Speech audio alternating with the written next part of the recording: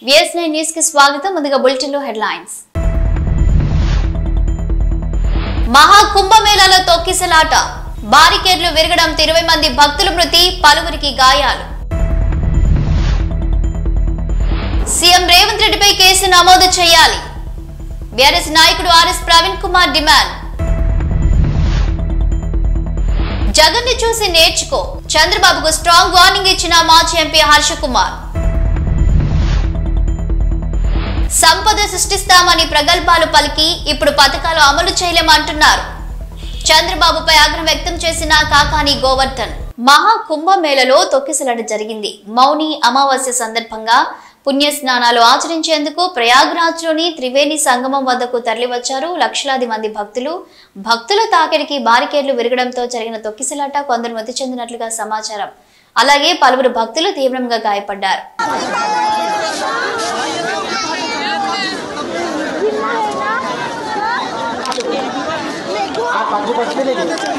Formula ఈ case వ్యవహారంలో CM Revanth రెడ్డిపై కేసు నమోదు చేయాలని నార్సింగి పోలీస్ స్టేషన్ లో ఫిర్యాదు చేశారు బీఆర్ఎస్ నేత ఆర్ఎస్ ప్రవీణ్ కుమార్. రాష్ట్రానికి రావాల్సిన పెట్టుబడులు రాకుండా పోతున్నాయని, గత ప్రభుత్వం చేసిన అభివృద్ధిని నాశనం చేస్తున్నారు కాబట్టి కుట్రపూరితంగా వ్యవహరిస్తున్న రేవంత్ రెడ్డిపై చర్యలు తీసుకోవాలని కోరుతూ ఫిర్యాదు చేశారు మాజీ ఐపీఎస్ బీఆర్ఎస్ నాయకుడు ఆర్ఎస్ ప్రవీణ్ కుమార్. రాష్ట్రానికి రావాల్సిన పెట్టుబడులు ఇవన్నీ కూడా రాకుండా పోతున్నాయి. దీనికి ప్రధానమైన కారణం మరి ప్రజాస్వామ్యబద్ధంగా ఎన్నికైన ఈ ముఖ్యమంత్రి, ముఖ్యంగా గత గవర్నమెంట్ రాష్ట్ర అభివృద్ధి కోసం పెట్టిన ఇన్వెస్ట్మెంట్ ఏదైతే ఉందో ఆ ఇన్వెస్ట్మెంట్ అంతా కూడా నాశనమే విధంగా ప్రవర్తిస్తున్నారు. కాబట్టి వారి మీద criminal breach of trust 316 BNS దాని ప్రకారం మరి నేను కేసు పెట్టాలని చెప్పేసి అన్ని ఆధారాలతో మీ లిమిట్స్ లో ఉంటాను మా పోలీస్ స్టేషన్ కాబట్టి దయచేసి దీన్ని మరి వెరిఫై చేసి FIR గా మీరు రిజిస్టర్ చేసి మరి నిందితుల మీద చర్యలు తీసుకోవాల్సింది.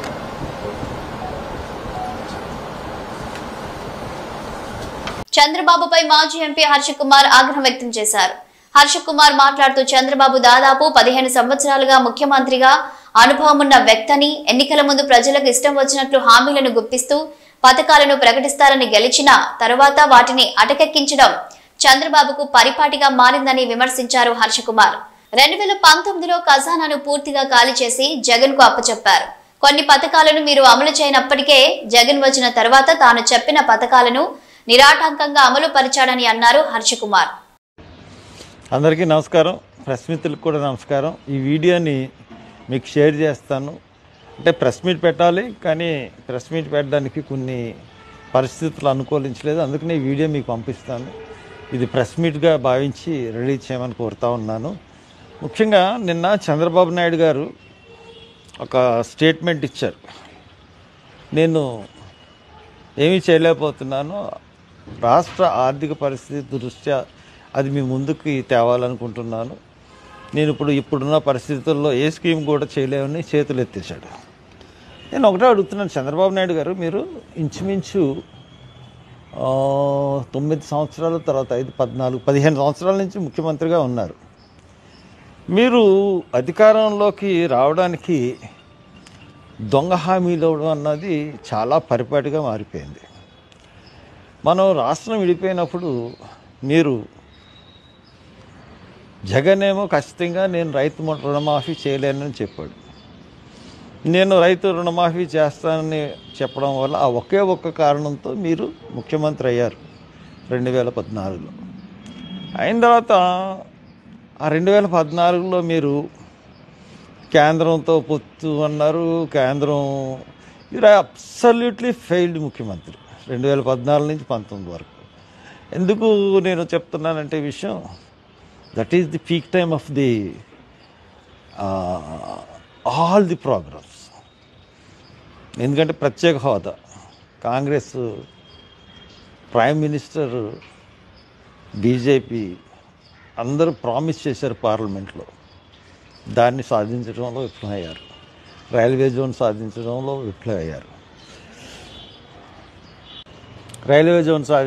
విఫలమయ్యారు. అలాగే అన్ని రకాల కార్యక్రమంలో విఫలమయ్యారు. విశాఖ ఉక్కు ఫ్యాక్టరీని కాపాడలేకపోయారు. తర్వాత మీరు తెలంగాణకి మీ కేసులకు భయపడి 10 సంవత్సరాలు ఉన్న రాజధానిని వదిలేసి ఏదో ఒక రాజధానిని 3 పంటలు పంట చేసే రాజధానిని ఏదో గ్రాఫిక్స్తో సృష్టించి ప్రజల్ని మళ్ళీ మోసం చేశారు. మీరు అబ్సల్యూట్గా ఫెయిల్యూర్ ముఖ్యమంత్రి. అందు గురించి మిమ్మల్ని దారుణంగా అతి దారుణంగా మిమ్మల్ని ఆంధ్రప్రదేశ్ ప్రజలు 2019లో ఓడించారు. ఓడించిన తర్వాత 2000 మీరు ముఖ్యమంత్రి దిగిపోయేటప్పటికి ఖజానాని ఖాళీ చేసే జగన్మోహన్ రెడ్డికి ఇచ్చారు, కానీ ఖజానాని మిగులు బడ్జెట్తో కానీ మిగులు నిధులతో కానీ ఇవ్వలేదు. మీ దగ్గర ఉన్న 23,000 కోట్ల నిధులను కూడా పసుపు కుంకుమలకి ఆడవాళ్ళకి పెంచేసి మరీ మీరు దిగిపోయారు. కొన్ని పథకాలు బాగా ఇప్పుడు మీరు అమలు చేయలేని పథకాలన్నీ అప్పుడు 5 సంవత్సరాలు ఆయన అసలు నిరాకంఠంగా అమలు జరిపాడు.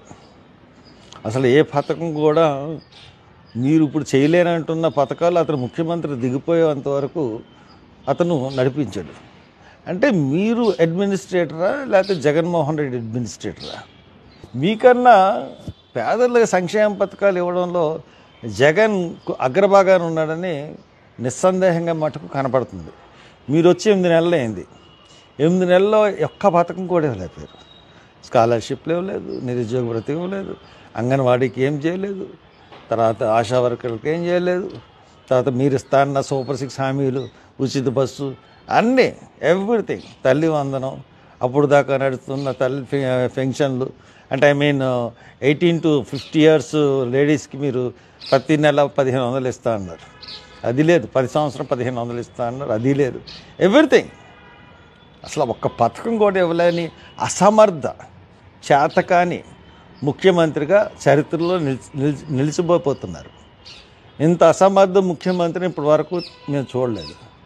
మీరు పైగా ఆర్థిక పరిస్థితి, మీరు ఇప్పుడు ప్రతిపక్షంలో ఉన్నప్పుడు మీరు రోజు చెప్తానే ఉన్నారు, ఇన్ని కోట్లు అప్పు చేసేసాడు, ఇంత ఆర్థిక పరిస్థితి ఉంది, ఇవన్నీ మీకు తెలుసు. ఇవన్నీ తెలిసే మళ్ళీ విపరీతమైన హామీలు ఇచ్చారు. విపరీతమైన హామీలు ఇచ్చి ఆ హామీలని అంటే హామీలు ఇచ్చేసి నెగ్గేసిన తర్వాత ఎగ్గొట్టేద్దాం, ఆలోచన కదా. ఎంత మోసగారితం! It's cheating of the public. ఈ చీటింగ్ ఆఫ్ ది పబ్లిక్ కింద మిమ్మల్ని కేసు కూడా పెట్టచ్చు 420 కింద. అంత దారుణమైన చీటింగ్, ప్రజల్ని ఓట్లు వేయించుకుని మోసం చేయడం అంటే it's public cheating. So that దాని ప్రకారంగానే మేము వెళ్ళాలని చెప్పేసి మేము అనుకుంటున్నాం. సో దాట్ మీరు ఇప్పటికైనా సంక్షేమ పథకాలు ఎలాగివ్వగలిగాడు జగన్మోహన్ రెడ్డి ఆలోచించండి. అతని పరిపాలనా విధానం ఆలోచించండి. అతను ఎలాగ ఇవ్వగలిగాడు, మీరు ఎలాగ ఇవ్వలేకపోతున్నారు. ప్రతి ప్రోగ్రాం కూడా ఇంప్లిమెంట్ చేశాడు కదా. అంటే మీరు చేతకాని వెళ్తారమంటే ఒప్పుకుంటే ఓకే, లేకపోతే ప్రతి ప్రోగ్రాము ఇప్పటికి స్కాలర్షిప్స్ ఇవ్వలేదు. జాన్వరి పండగ ముందు మేము ఇస్తామని చెప్పిన పథకం ఒక్కటి ఇప్పటికి ల్యాండ్ అవ్వలేదు. ఇప్పుడు ఒక్క నయా పైసా ఎవరికి ఇవ్వలేదు. అన్ని ప్రకటనలు మోసపూరిత మాటలు తెస్తే ఇంకేం లేదు. దయచేసి ఈ పద్ధతి మార్చుకోండి, మోసం చేయడం మార్చుకోండి. అనవసరమైన ఈ డబ్బుల గురించి కొత్త ప్రాజెక్టులు, ఈ ప్రాజెక్టులకి డబ్బులు ఎలా తీర్చాలో తెలియదు అంటున్నారు. కొత్త ప్రాజెక్టులు అప్పు తీసుకొచ్చేయడానికి చూస్తున్నారు. మరి వాటిని ఎలా తీరుస్తారు? గోదావరి బనగానపల్లి కానీ, లేకపోతే పోలవరం కానీ, లేకపోతే రాజధాని ఎత్తిపోతల పథకం కానీ, ఇవన్నీ ఎలా తీరుస్తారు? కానీ అప్పులు చేసేసేయాలి. అక్కడ కూడా మీ పెద్ద అప్పులు ప్రాజెక్టులకి, దానివల్ల వచ్చి లాభం లేదు, ఏమీ లేదు. సో మీరు మారండి చంద్రబాబు నాయుడు గారు. నీతి ఆయోగ్ నివేదిక మీద నారా చంద్రబాబు నాయుడు మాట్లాడుతూ చెప్పినవన్నీ అబద్ధాలే అన్నారు మాజీ మంత్రి కాకాని గోవర్ధన్ రెడ్డి. చంద్రబాబు సంపద సృష్టించి దాని ద్వారా ఆదాయం వస్తే అప్పుడు హామీలు అమలు చేస్తాను అంటున్నాడని, జగన్ నిర్మించిన హార్బర్లు, పోర్టులను చంద్రబాబు అయిన వాళ్లకు అమ్ముకుంటున్నాడని అన్నారు.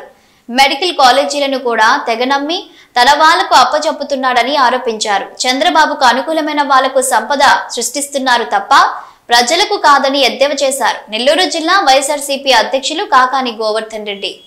చంద్రబాబు నాయుడు గారు నిన్న ఆ ప్రజెంటేషన్ ఇస్తూ ఏమి మాట్లాడాడు అనేటువంటిది ఒక్క నిమిషం మీకే వినిపిస్తాను, వినండి.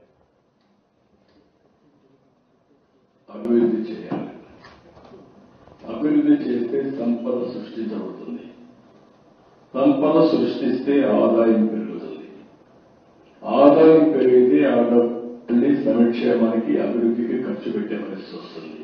ఇవన్నీ దీన్ని రాబోయే రోజుల్లో నా ఫిలాసఫీ ప్రకారం మోర్ మనీ ఉంటే more capital more growth rate వస్తుంది, మోర్ రెవెన్యూ వస్తుంది, సస్టైనిటీ వస్తుంది. ఆ సస్టైన్ తీసుకురావస్తేనే ప్రజలకు ఇంప్రూవ్మెంట్ జరుగుతుంది. నేను చెప్పిన సూపర్ 6 ఇస్తాం, ఇంకా బెటర్ గా ఇస్తాం, P4 వస్తాం. ఇలాంటివన్నీ చేసి డెవలప్మెంట్ వెల్ఫేర్ రెండు కూడా చేసుకుంటూ పర్ క్యాపిటల్ ఇన్కమ్ వేస్తే బెటర్ లివింగ్ స్టాండర్డ్స్ వస్తాయి. అది చంద్రబాబు నాయుడు గారు నిన్న చెప్పినటువంటి నీతి ఆయోగ్ నివేదిక మీద ప్రజెంటేషన్. ఏం చెప్పాడు? అభివృద్ధి చేస్తే సంపద సృష్టించబడుతుంది, సంపద సృష్టిస్తే ఆదాయం పెరుగుతుంది, ఆదాయం పెరిగితే ఆ వచ్చినటువంటి డబ్బులు మరలా సంక్షేమానికి అభివృద్ధికి ఖర్చు పెట్టొచ్చు. ఇవన్నీ రాబోయే రోజులు ఆయన ఫిలాసఫీ ప్రకారం more money and more capital expenditure పెడతాం, మోర్ గ్రోత్ రేట్ వస్తుంది, మోర్ రెవెన్యూ వస్తుంది, సస్టైనబిలిటీ వస్తుంది. ఆ సస్టైనబుల్ వస్తే ఎంపవర్మెంట్ జరుగుతుంది. ఇవన్నీ కానీ జరిగితే ఏం చెప్పినట్టుగా గ్రోత్ పెరగాల, సంపదను సృష్టించాలా, ఆ సృష్టించినటువంటి సంపద ద్వారా ఆదాయం పెరగాల, పెరిగినటువంటి ఆదాయం వస్తే అభివృద్ధి సంక్షేమానికి ఇబ్బంది లేకుండా ఉంటుంది. కాబట్టి చెప్పకనే అవి పెరిగిందాకా ఆ స్థాయికి చేరిందాకా ఏమీ చేయలేమనేటువంటిది చేతులు ఎత్తేసినటువంటి పరిస్థితి నిన్న చంద్రబాబు నాయుడు గారు ప్రధానంగా ఆయన ఇచ్చినటువంటి ఉపన్యాసంలో చూశాం. ప్రభుత్వం ఏర్పడి దాదాపుగా 9 నెలలైంది. 9 నెలల్లో దాదాపుగా 1,19,000 కోట్ల రూపాయల అప్పు తీసుకురావడం జరిగింది. ఈ తెచ్చినటువంటి అప్పుతో వచ్చినటువంటి డబ్బుతో ఎంత సంపద సృష్టించారు, ఎంతమందికి ఉద్యోగాలు కల్పించారు, మీకు ఎక్కడ ఆర్థికంగా లాభం వస్తుంది, ఆర్థికంగా ఎక్కడ ఖర్చు పెడితే నీకు కలిసి వస్తుంది మీకు అనేటువంటి ఆలోచన ప్రకారం అవి చేస్తున్నారు తప్ప ప్రజలకు సంక్షేమ పథకాలు చెప్పాము, ఓట్లు వేయించుకున్నాము, అధికారంలోకి వచ్చామనేటువంటి విషయాన్ని పూర్తిగా మీరు మర్చిపోయారు. పూర్తిగా ప్రజలను మోసం చేయడానికి సిద్ధపడ్డారు. ఒక్కరంటే ఒక్కరికి ఉద్యోగం ఇవ్వలేదు కదా, ఉన్న ఉద్యోగాలు అనేక రకాలైనటువంటి ఉద్యోగాలు, సచివాలయాలు, గ్రామ వార్డు సచివాలయాలకు సంబంధించినటువంటి రేషనలైజేషన్ పేరుతో ఆ పోస్టులను కుదించేటువంటి కార్యక్రమం చేశారు, వాలంటీర్లను తీసేశారు. ఆ తర్వాత వచ్చినటువంటి పాపం ఫీల్డ్ అసిస్టెంట్లు, ఉన్నటువంటి బెవరేజెస్ కార్పొరేషన్, ఫైబర్ నెట్ లో ఉన్నటువంటి ఉద్యోగాలు, అనేక రకాలైనటువంటి ఉద్యోగాలు, మొత్తం దాదాపుగా లక్షల మంది ఉద్యోగాలను, వైద్య ఆరోగ్య శాఖలో ఉన్నటువంటి ఉద్యోగాలు, ఇవన్నీ లక్షల సంఖ్యలో ఉద్యోగాలను తొలగించారు తప్ప మీరు తెచ్చినటువంటి 1,19,000 కోట్ల రూపాయలతో ఒక్క కొత్త ఉద్యోగం కల్పించినటువంటి దాఖలాలు లేవు. అదేవిధంగా ఒకసారి చూస్తే జగన్మోహన్ రెడ్డి గారు విజన్తో, ముందు చూపుతో సముద్ర తీరం కింద ఆధారిత ఆర్థిక వ్యవస్థలకు శ్రీకారం చుట్టి ఎన్నడూ లేనటువంటి విధంగా 3 పెద్ద పోర్టులు, హార్బర్లు నిర్మించడం జరిగింది. జగన్మోహన్ రెడ్డి గారు నిర్మించినటువంటి హార్బర్లని, పోర్టుల్ని చౌకబేరంగా మీ వాళ్ళకి తెగనమ్ముకోవాలనేటువంటి ఆలోచన చేయడం తప్ప అటువంటి సముద్ర తీరంలో ఏ విధంగా ఆర్థికంగా ఆయన అభివృద్ధి చేశాడో మనం ఏ విధంగా ఒక అడుగు ముందు వేయాలనేటువంటి ఆలోచన చంద్రబాబు నాయుడు లాంటి ఆర్థిక ఉద్దండులను తనకు తానుగా ప్రకటించుకున్నటువంటి వ్యక్తికి రాకపోవడం దురదృష్టకరం. అదేవిధంగా ఆరోగ్య రంగాన్ని చూస్తే విప్లవాత్మకమైనటువంటి మార్పులు వచ్చాయి. దాదాపుగా 17 మెడికల్ కాలేజీలు వచ్చాయి. కొన్ని మెడికల్ కాలేజీలు పూర్తయ్యాయి, కొన్ని మెడికల్ కాలేజీలు శరవేగంతో పూర్తవుతున్నాయి. ఇటువంటి పరిస్థితుల్లో ఆ మెడికల్ కాలేజీని అన్నింటినీ కూడా తెగనమ్మి తన వారికి అప్పచెప్పాలనేటువంటి ప్రయత్నం చేస్తున్నటువంటి మాట వాస్తవమా కాదా? కాబట్టి సంపద ఎక్కడ సృష్టిస్తున్నారు? నీకు అనుకూలమైనటువంటి వాళ్ళకి సంపద సృష్టించే పనిలో ఉన్నారు తప్ప రాష్ట్ర ప్రజానీకానికి సంపద సృష్టించాలనేటువంటి ఆలోచన ఏ రోజు లేదు. ఈరోజు ఏదన్నా ఉంటే మీకున్నటువంటి మీ నాయకులు, చంద్రబాబు నాయుడు మనుషులు, వాళ్ళు సంపద సృష్టించుకుంటున్నారు. ఇసుక, మట్టి, గ్రావెల్, బూడిద, మద్యం, అనేక రకాలైనటువంటి కుంభకోణాల్లో ఈరోజు వాళ్ళ ఎమ్మెల్యేలకు ఎంతో కొంత సంపద సృష్టిస్తుంది. దాని ద్వారా ప్రతి ఒక్కరు ఈరోజు నియోజకవర్గంలో ఏ కార్యక్రమం జరగాలన్నా ఆ ఎమ్మెల్యే చెయ్యి తడపందే పని జరిగేటువంటి పరిస్థితులు లేవు. తెలుగుదేశం పార్టీ నాయకులు చెయ్యి తడిపితే తప్ప ఏ ఒక్క చిన్న పని కూడా, చివరికి చిన్న లేఅవుట్ అప్రూవల్ తీసుకోవాలన్నా సరే మీ వాళ్ళు చెయ్యి తడపాల్సిందే. కాబట్టి అది ఏదన్నా బిల్డింగ్ ప్లాన్ తెచ్చుకోవాలన్నా సరే ఎమ్మెల్యేలు చేతులు తడపాల్సినటువంటి దౌర్భాగ్యమైనటువంటి పరిస్థితి ఏర్పడింది. ప్రజాభవన్ ను ముట్టడించిన డిఎస్సీ అభ్యర్థులు తమకు ఉద్యోగాలు ఇస్తామని ప్రభుత్వం కేబినెట్ లో నిర్ణయం తీసుకుని ఇప్పటికే ఏడాది గడిచిందని, ఇప్పటి వరకు అపాయింట్మెంట్స్ లెటర్స్ రాలేదని ప్రజాభవన్ కు భారీగా తరలివచ్చారు డిఎస్సీ 2008 అభ్యర్థులు. సెప్టెంబర్లో సర్టిఫికేట్ వెరిఫికేషన్ పూర్తయిందని, దాదాపు 5 నెలలుగా అపాయింట్మెంట్ లెటర్స్ కోసం ఎదురు చూస్తున్నామన్నారు అభ్యర్థులు. ఇకనైనా తమకు నియామక పత్రాలు అందించేలా షెడ్యూల్ ప్రకటించాలని ప్రభుత్వాన్ని డిమాండ్ చేశారు అభ్యర్థులు. రాష్ట్ర వ్యాప్తంగా ఉన్న 1399 మంది డిఎస్సి 2008 అభ్యర్థులు.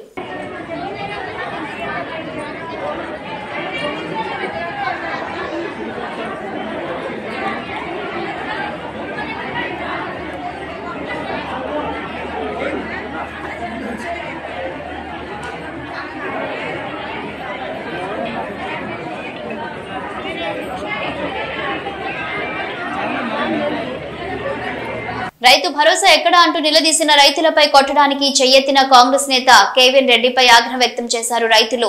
కల్వకుర్తి పట్టణంలోని మహబూబ్ నగర్ చౌరస్తాలో రైతు భరోసా ఎప్పుడు వేస్తారంటూ కాంగ్రెస్ నేత అచ్చంపేట నియోజకవర్గం వంగూరు మండల మాజీ జడ్పీటీసీ కేవీఎన్ రెడ్డిని నిలదీశారు రైతులు. దీంతో రైతులపై చేయి చేసుకునేందుకు కేవీఎన్ రెడ్డి ప్రయత్నించడంతో ఆగ్రహించారు రైతులు.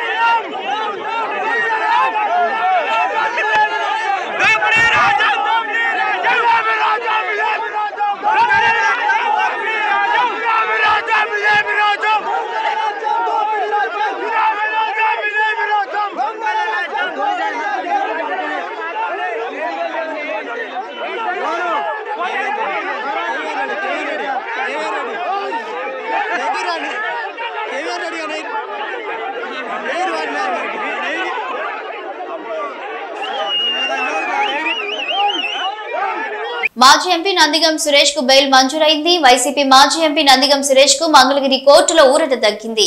10,000 రూపాయల పూచీకత్తుతో న్యాయస్థానం బెయిల్ మంజూరు చేసింది. గుంటూరు జిల్లా తుళ్లూరు మండలం వెలగపూడిలో 2020 డిసెంబర్ 27న జరిగిన మరియమ్మ హత్య కేసులో సురేష్ నిందితుడిగా ఉన్నారు. దీంతో ఆయన పోలీసులు అరెస్టు చేయగా ప్రస్తుతం రిమాండ్ లో ఉన్న విషయం తెలిసిందే. పూణేలో 3,000 మందికి పైగా ఇంజనీర్లు రోడ్డు మీద బారులు తీరి ఉన్నారు. అది ఒక వాక్-ఇన్ ఇంటర్వ్యూ కోసం. 100 ఉద్యోగాల కోసం 1000 మంది ఇలా బారులు తీరి ఉండటం, నిరుద్యోగ సమస్య మన దేశంలో ఎంత ఉందో ఈ ఒక్క ఉదాహరణ చాలు. రోజు రోజు నిరుద్యోగులు పెరుగుతున్నారు, ఉపాధి అవకాశాలు తక్కువ అవుతున్నాయి.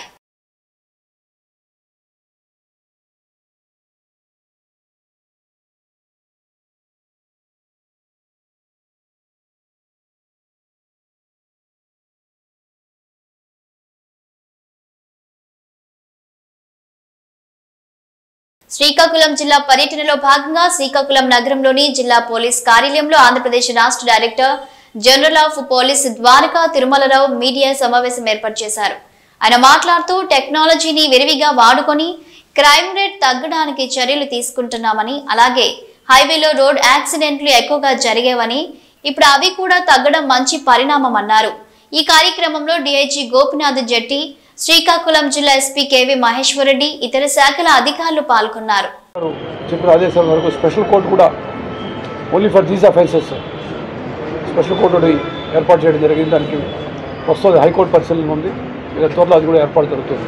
అంటే ఫాస్ట్ ట్రయల్ జరిగిపోవడం చేస్తుంది. అదేవిధంగా రోడ్ యాక్సిడెంట్ ఈ జిల్లాలో ఒక ప్రాధాన్యత అంశం. ఇప్పుడు హైవే మనకి ఎక్కువ ఉంది కాబట్టి దానిపైన కూడా దృష్టి సారించడం జరిగింది. క్రైమ్ అక్కడ కూడా యాక్సిడెంట్స్ తగ్గినాయి. సో ఓవరాల్గా కంట్రోల్ చేస్తూ ఉన్నాము, క్రైమ్ కంట్రోల్ చేస్తూ ఉన్నాము. రెండో ఇంపార్టెంట్ విషయం ఏంటంటే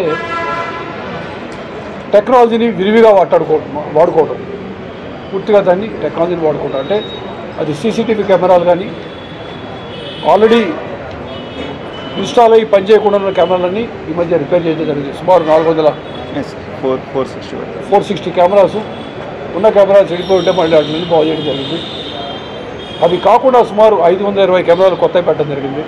ప్రతి జిల్లాలో కూడాను ప్రభుత్వం మీదే ఆధారపడి పెట్టుకోకుండా ప్రజల సహకారంతో దాతల సహకారంతో సీసీటీవీ కెమెరాలు ఏర్పాటు చేయాలని చెప్పి ఆలోచించారు. ఎందుకంటే అది ఒక క్రైమ్ చేస్తున్నప్పుడు ప్రతి క్రైమ్ కూడా అది రోడ్ యాక్సిడెంట్ కావచ్చు, రోడ్డు మీద జరిగే దొమ్మి కావచ్చు.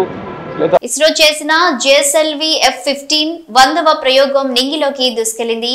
ఇస్రో 100వ ప్రయోగం శ్రీహరికోట వేదికగా జరగగా శాస్త్రవేత్తలు షార్ నుంచి JSLV F-15 రాకెట్ ను ప్రయోగించారు. భారత అంతరిక్ష పరిశోధనా సంస్థ ఈ రోజు ఉదయం శ్రీహరికోటలోని సతీష్ ధావన్ అంతరిక్ష కేంద్రం నుండి తన చారిత్రాత్మక 100వ ప్రయోగాన్ని ప్రారంభించింది. NVS-02 ఉపగ్రహంతో JSLV F-15 ఉదయం 6:20 స్పేస్ పోర్ట్ యొక్క 2వ ప్రయోగ వేదిక నుండి బయలుదేరింది. 2025 మొదటి ప్రయోగం విజయవంతంగా పూర్తయిందని, ఉపగ్రహాన్ని అనుకున్న కక్షలోకి చేర్చామని ISRO chairman doctor V Narayanan తెలిపారు. तथा कोर बूस्टर S-139 वर्तमान में प्रज्वलित हैं और यान को उद्दिष्ट कक्षा की ओर लेके जा रहे हैं. An eastward mission launched at 106 degrees azimuth. Plus 40 seconds. GSLV core S-139 and the 4 L-40 strap-ons thrusting simultaneously. Cumulative thrust is 7,535 kilonewtons.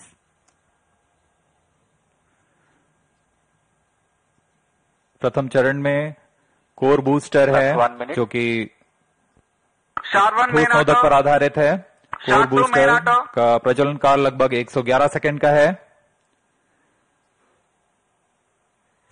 इसके पश्चात भी L-40 जो स्ट्रैप-ऑन बूस्टर्स हैं उनका प्रज्वलन लगभग 50 सेकंड और आगे चलेगा. इस तरह लगभग 150 सेकंड्स पर प्रथम चरण का प्रज्वलन काल समाप्त होगा. Action time for the core solid motor is 112 seconds and that of the strap-ons is 149 seconds. HTPB based propellant in S-139 and L-40s are powered by turbopump-fed Vikas engine based on Earth storable propellant. Shar ground station acquiring the trajectory data. S-139 stage ban out. Core booster का प्रज्वलन काल समाप्त हो चुका है. +2 minutes. Strap-on booster अभी भी प्रज्वलित है. इस दौरान यह लगभग 3000 किलोन्यूटन का प्रणोद उत्पन्न कर रहे हैं. Normal.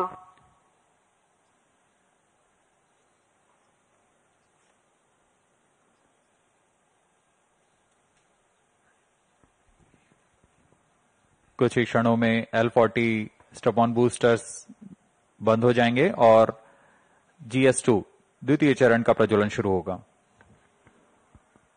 L-40 stages thrust cut off, second stage ignited, first stage separated,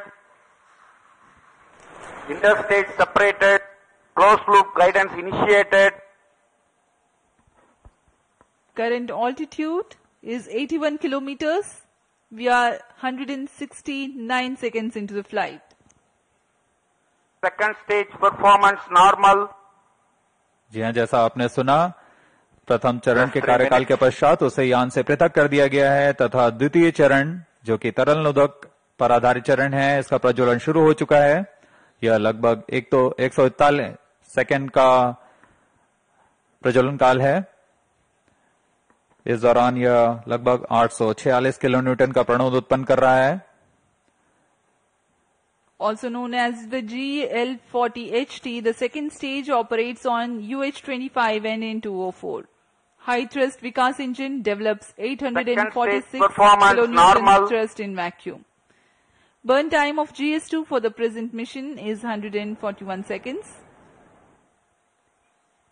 Shar and Port Blair stations currently tracking. మహా కుంభమేళాకు కోట్ల సంఖ్యలో ప్రజలు ఖండాలను దాటుకొని మరి వస్తున్నారు. ఇసుక వేసినా రాలనంత జనం. పవిత్ర త్రివేణి సంగమానికి వచ్చే భక్తులు రోజు రోజుకు పెరుగుతున్నారు తప్ప తరగడం లేదు. రోజు రోజుకు సంఖ్యా బలాన్ని పెంచుకుంటూ భక్తజనం స్నానమాచరిస్తున్నారు. కుంభమేళా 45 రోజులు కాకుండా ఒక్కరోజు అయితే పరిస్థితి ఎలా ఉండేదో కదా. ఇవి రోజు వార్తలు చూస్తూనే ఉండండి న్యూస్.